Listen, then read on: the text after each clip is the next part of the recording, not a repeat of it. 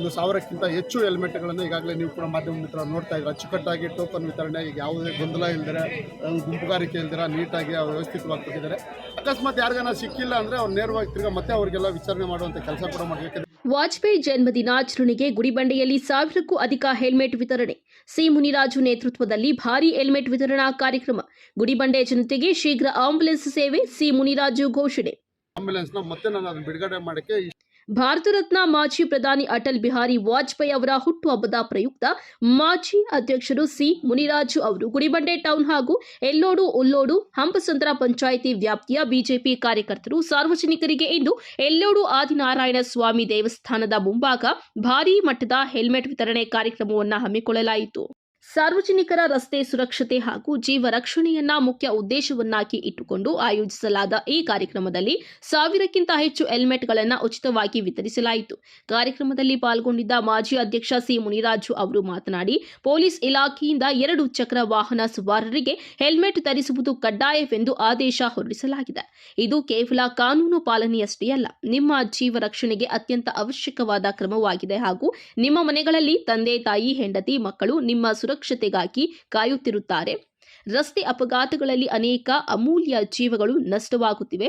ಈ ಹಿನ್ನೆಲೆಯಲ್ಲಿ ಸಾರ್ವಜನಿಕರ ಹಿತದೃಷ್ಟಿಯಿಂದ ಹಾಗೂ ಸುಗಮ ಸಂಚಾರ ವ್ಯವಸ್ಥೆಗಾಗಿ ಈ ಹೆಲ್ಮೆಟ್ ವಿತರಣೆ ಕಾರ್ಯಕ್ರಮವನ್ನು ಆಯೋಜಿಸಲಾಗಿದೆ. ಜನರು ಯಾವುದೇ ಕಾರಣಕ್ಕೂ ಹೆಲ್ಮೆಟ್ ಧರಿಸುವುದನ್ನು ನಿರ್ಲಕ್ಷಿಸಬಾರದು ಎಂದು ಅವರು ಮನವಿ ಮಾಡಿದ್ದಾರೆ. ಇದೇ ಸಂದರ್ಭದಲ್ಲಿ ಗುಡಿಬಂಡೆ ಪಟ್ಟಣದ ಸಾರ್ವಜನಿಕರಿಗಾಗಿ ತಮ್ಮ ತಂದೆಯ ಸ್ಮರಣಾರ್ಥವಾಗಿ ಹೊಸ ಆಂಬ್ಯುಲೆನ್ಸ್ ಅನ್ನು ಶೀಘ್ರದಲ್ಲೇ ಸೇವೆಗೆ ಬಿಡುಗಡೆ ಮಾಡಲಾಗುವುದಾಗಿ ಘೋಷಣೆ ಮಾಡಿದ್ದಾರೆ. ಇದರಿಂದ ತುರ್ತು ಸಂದರ್ಭದಲ್ಲಿ ಪಟ್ಟಣದ ಜನರಿಗೆ ತ್ವರಿತ ವೈದ್ಯಕೀಯ ನೆರವು ದೊರೆಯಲಿದೆ ಎಂದು ಹೇಳಿದ್ದಾರೆ. ರಾಜಕೀಯ ವಿಚಾರಗಳ ಕುರಿತು ಮಾಧ್ಯಮಗಳೊಂದಿಗೆ ಮಾತನಾಡಿದ ಸಿ ಮುನಿರಾಜು ಅವರು ಈ ಕ್ಷೇತ್ರದ ಪ್ರಸ್ತುತ ಶಾಸಕರ ವಿರುದ್ಧ ನ್ಯಾಯಾಲಯದಲ್ಲಿ ದಾವೆ ದಾಖಲಿಸುವುದಾಗಿ ಹೇಳಿದ್ದಾರೆ. ಕಾನೂನಿನ ಮೇಲೆ ನಂಬಿಕೆಯೊಂದಿಗೆ ನ್ಯಾಯಾಲಯದ ಮೂಲಕ ನ್ಯಾಯ ಪಡೆಯುವ ವಿಶ್ವಾಸವಿದ್ದು ಈ ಕ್ಷೇತ್ರದಲ್ಲಿ ನಾನು ಶಾಸಕರಾಗುವ ಅವಕಾಶ ಮತ್ತು ಭರವಸೆ ಕಾನೂನಿನ ಅಡಿ ಇದೆ ಎಂದು ಹೇಳಿದ್ದಾರೆ. ಕಾರ್ಯಕ್ರಮದ ವೇಳೆ ಯಾವುದೇ ಗೊಂದಲ ಅಥವಾ ಅಸಮಾಧಾನ ಉಂಟಾಗದೆ ಸಾರ್ವಜನಿಕರು ಹಾಗೂ ಕಾರ್ಯಕರ್ತರು ಶಿಸ್ತಿನಿಂದ ಸಾಲಾಗಿ ನಿಂತು ಹೆಲ್ಮೆಟ್ಗಳನ್ನು ಸ್ವೀಕರಿಸಿದ್ದಾರೆ. ಸ್ಥಳದಲ್ಲಿ ಸಂಚಾರ ಜಾಗೃತಿ ಸಂದೇಶಗಳು ಮೂಡಿಬಂದಿದ್ದು ರಸ್ತೆ ಸುರಕ್ಷತೆ ಕುರಿತು ಜನರಲ್ಲಿ ಅರಿವು ಮೂಡಿಸಲು ಈ ಕಾರ್ಯಕ್ರಮ ಸಹಕಾರಿಯಾಯಿತು ಎಂದು ಸಾರ್ವಜನಿಕರು ಅಭಿಪ್ರಾಯಪಟ್ಟಿದ್ದಾರೆ. ವರದಿ ಸತೀಶ್ ಬಾಬು ಎ, ನಂದಿ ಟಿವಿ, ಗುಡಿಬಂಡೆ. ಭಾರತೀಯ ಜನತಾ ಪಕ್ಷದ ರಾಷ್ಟ್ರೀಯ ನಾಯಕರು, ಮಾಜಿ ಪ್ರಧಾನಮಂತ್ರಿಗಳು, ದೇಶ ಕಂಡಂಥ ಅಪ್ರತಿಮ ಅಜಾತಶತ್ರು ಸನ್ಮಾನ್ಯ ವಾಜಪೇಯಿ ಅವರ ಬಗ್ಗೆ ಒಂದು ಹುಟ್ಟುಹಬ್ಬದ ಪ್ರಯುಕ್ತ 25ನೇ ತಾರೀಕು ಸಾಂಕೇತಿಕವಾಗಿ ಬಾಗೇಪಲ್ಲಿಯಲ್ಲಿ ಸುಮಾರು 1000 ಜನಕ್ಕೆ ಹೆಲ್ಮೆಟನ್ನು ವಿತರಣೆ ಮಾಡಿ ಕಾರ್ಯಕ್ರಮ ಹಮ್ಮಿಕೊಂಡಿದ್ವಿ. ತುಂಬ ಯಶಸ್ವಿಯಾಗಾಯಿತು. ಇವತ್ತು ಗುಡಿಬಂಡೆ ಪಟ್ಟಣ ಮತ್ತು ಎಲ್ಲೋಡು, ಉಲ್ಲೋಡು ಮತ್ತು ಹಂಸಂದ್ರ 3 ಗ್ರಾಮ ಪಂಚಾಯತಿಗಳು, ಒಂದು ಪಟ್ಟಣ ಪಂಚಾಯತಿ ನಮ್ಮೆಲ್ಲ ನಾಗರಿಕ ಬಂಧುಗಳಿಗೆ, ಕಾರ್ಯಕರ್ತರಿಗೆ ಏನು ಪೊಲೀಸ್ ಇಲಾಖೆಯಿಂದ ಏನು ಆದೇಶ ಹೊರಡಿಸಿದ್ದಾರೆ, ಪೊಲೀಸ್ ವರಿಷ್ಠಾಧಿಕಾರಿಗಳು ಹೆಲ್ಮೆಟ್ ಕಡ್ಡಾಯ ಅಂತ ಆದೇಶ ಹೊರಡಿಸಿದ್ದಾರೆ. ಆ ಒಂದು ನಿಟ್ಟಿನಲ್ಲಿ ಈಗಾಗಲೇ 2022ರಲ್ಲೂ ಕೂಡ ನಾನು ಹೆಲ್ಮೆಟ್ ವಿತರಣೆಯನ್ನು ಮಾಡಿದ್ದೆ ನಮ್ಮ ಕ್ಷೇತ್ರದ ಜನಕ್ಕೆ. ಈಗಲೂ ಕೂಡ ಕಡ್ಡಾಯ ಆಗೋದ್ರಿಂದ ಎಲ್ರಿಗೂ ಕೂಡ ಒಂದು ಸಿಗಲಿ, ಅವರೆಲ್ಲ ಸುರಕ್ಷಿತವಾಗಿರಲಿ. ಅವರೆಲ್ಲೇ ಒಂದು ಗಾಡೀಲಿ ಪಾಪ ಈಗಾದರೆ ಈ ಭಾಗದಲ್ಲಿ ಕಾರುಗಳು, ಬಸ್ಸುಗಳು ಜಾಸ್ತಿ ಓಡಾಡೋಂಥ ವ್ಯವಸ್ಥೆ ಇಲ್ಲ. ಹಳ್ಳಿಗಳಿಂದ ಹಳ್ಳಿಗಳಿಗೆ ದೂರ ಇದೆ. ಟೌನ್ಗೆ ಬರಬೇಕಾದ್ರೂ ಪ್ರತಿಯೊಬ್ಬರು ಗಾಡಿಯನ್ನು ಉಪಯೋಗಿಸಬೇಕಾಗಿದೆ. ಈಗಿರ್ತಕ್ಕ ನಾನು ಈ ಕ್ಷೇತ್ರದ ಶಾಸಕರ ವಿರುದ್ಧ ದಾವೆಯನ್ನು ಕೋರ್ಟಲ್ಲಿ ಹಾಕಿರೋದು ನಿಜ.